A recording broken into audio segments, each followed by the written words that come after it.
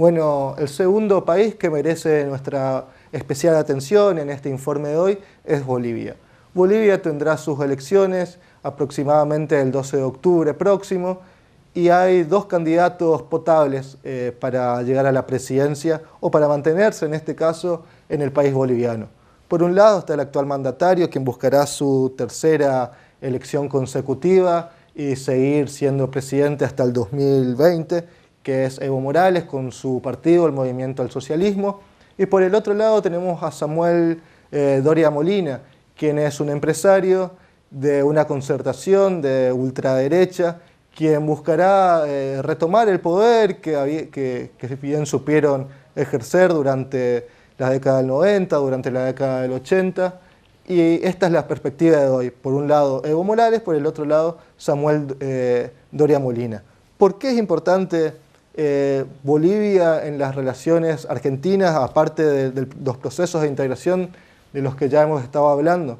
Por un lado tenemos que tener en cuenta que son más de 1.200.000 los bolivianos que actualmente están viviendo en la República Argentina. Estos bolivianos, que en gran medida se acercarán también a las urnas, en los distintos consulados, en la embajada para votar al presidente boliviano, harán un fuerte hincapié para que continúe seguramente Evo Morales, a quien ya los sondeos indican que hay más de 60% de aceptación para que continúe en el poder.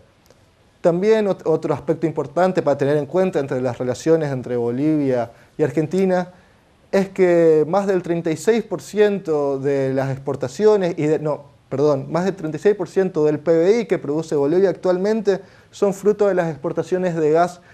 que realiza la República Argentina y la República de Brasil. Esto los convierte en sus dos principales aliados en la región sudamericana,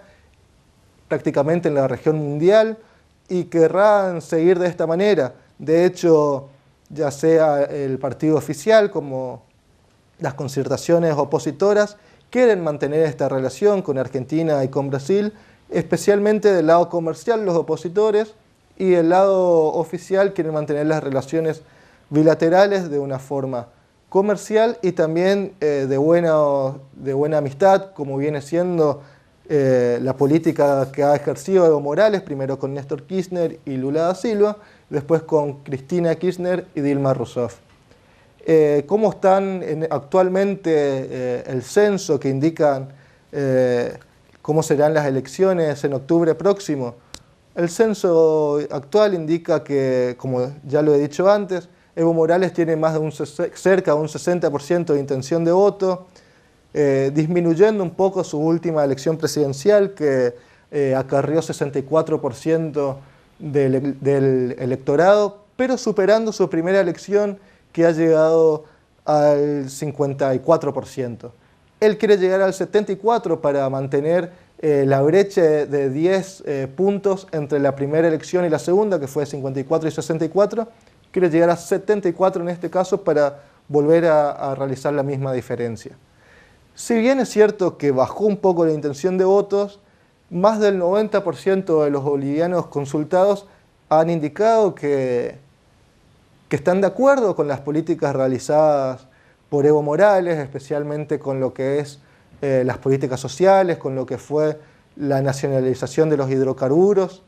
y con otras políticas que han llevado a que el Estado boliviano sea el Estado de Sudamérica que el crecimiento más parejo en materia económica ha tenido en los últimos años. Alrededor de un 5% anual de promedio es lo que ha venido creciendo Bolivia en materia económica, y esto lo posiciona como uno de los países con mayor crecimiento de toda América, no solamente de la región. ¿Por qué? Si un 90%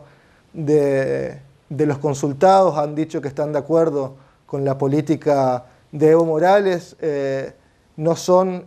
el 60% que los va a votar, hay un 30% de diferencia. Bueno, porque ese 30% también ha llegado a la conclusión de que el manejo del país merece un cambio, merece tomar otra política, que Evo Morales ya ha estado mucho tiempo en el país, que ya ciertos sectores que lo acompañaron, como el minero, como algunas etnias aborígenes, recordemos que él es aymara, también han dejado de verlo como su principal figura. De hecho, un tercer candidato también es de origen aborigen y tendrá, se cree que más de un 10% de aceptación en las próximas elecciones. Pero si tenemos en cuenta todo lo que hemos nombrado anteriormente y hacemos una breve síntesis, llegaremos a la conclusión de que Evo Morales llegará por tercera vez consecutiva a la presidencia de Bolivia, y él sí mantendrá estrechos lazos con Brasil, estrechos lazos con Argentina, y lo que es más importante, lazos muy estrechos con toda Sudamérica, haciendo que el bloque sudamericanista sea escuchado de forma conjunta, sea escuchado de forma unánime y tenga más peso en los organismos internacionales y más peso también en la consideración internacional de los medios de comunicación y de la misma gente. Y dejamos por último, pero no menos importante, al país que tendrá sus elecciones presidenciales de manera más próxima. Estamos hablando de Brasil, quien el domingo 5 de octubre elegirá quien continuará como presidente por los próximos 4 años. Hace pocos días, la actual mandataria Dilma Rousseff, del Partido de los Trabajadores, anunció que esta iba a ser la campaña electoral más politizada de la historia. No se equivocó, porque lo viene siendo. Una Dilma Rousseff que está bastante golpeada, que viene con los números en baja, con los índices de captación de votos también en baja, que su mandato ha estado manchado en los últimos meses por unas causas de corrupción con la empresa oficial de petróleo brasilera, estamos hablando de Petrobras. También recordemos, pocos meses atrás, las campañas que se realizaban en contra del gobierno por lo que decían los simpatizantes, los manifestantes, consideraban un despilfarro por la realización de la Copa del Mundo, donde se gastó más de 11.000 millones de dólares en la construcción de estadios, y estos manifestantes decían que cómo está la salud, cómo está la educación, cómo están las viviendas sociales en la actualidad en Brasil. Esto era algo inaceptable, algo inadmisible, que no se destinen estos dineros, esta recaudación a estas políticas, y sí se lo haga para algo frívolo o no, como es el Mundial de Fútbol. Esto ha hecho que la captación de votos de Dilma Rousseff bajara en los últimos meses a un 38%. Recordemos que hace 4 años, cuando fue elegida como presidenta de Brasil, Dilma Rousseff llegó en primera vuelta a un 46% de los votos. En segunda vuelta ganó el balotaje con un 56% de los votos. Esto significa que de una forma u de otra ha bajado más del 10%, más de 10 puntos de preferencia en el electorado brasilero. ¿Quiénes son los principales contrincantes en esta elección, en esta campaña electoral en Brasil? Por un lado tenemos al senador socialdemócrata de derecha, un heredero, si se quiere políticamente, del expresidente Cardoso, Aécio Neves. Actualmente Aécio Neves tiene un 22% de intención de votos, se mantiene entre 20 y 22%, pero lo importante no es tanto esta figura, quien actualmente es quien estaría yendo a balotaje con Dilma, sino la figura de Marina Silva. ¿Quién es Marina Silva? Marina Silva es una activista de la ecología, quien hasta hace muy pocos días atrás era la candidata a vicepresidenta del candidato Campos. Campos, como sabemos, murió en un accidente con una avioneta, él era socialista. El partido eligió a Silva, como quien era la candidata a vicepresidenta, como su sucesora natural, y actualmente esta candidata, quien ya se presentó en las elecciones pasadas con cerca de 20 millones de personas que la votaron y que tiene una captación de voto muy importante, especialmente en los sectores de izquierda y en los sectores juveniles que quieren un cambio al Partido de los Trabajadores, es quien está subiendo de manera escalonada, de manera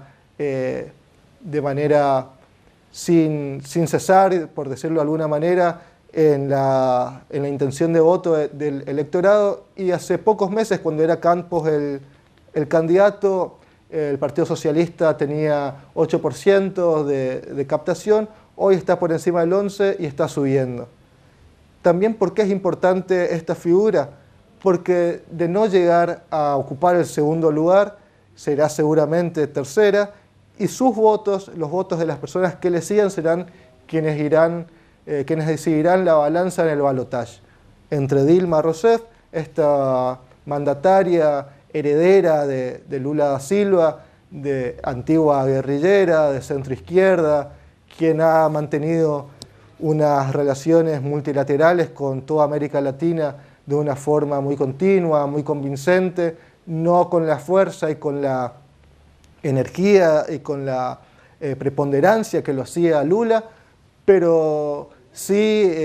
encabezando esta región, porque recordemos que no solamente es la séptima economía más grande del mundo, Brasil, sino que es la más grande de toda Sudamérica.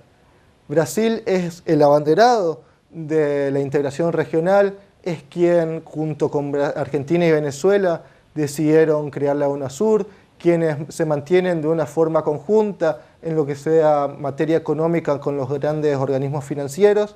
y es ella quien quiere llegar nuevamente al poder. Por el otro lado tenemos un candidato de centro derecha, un candidato que quiere retomar políticas liberales, políticas de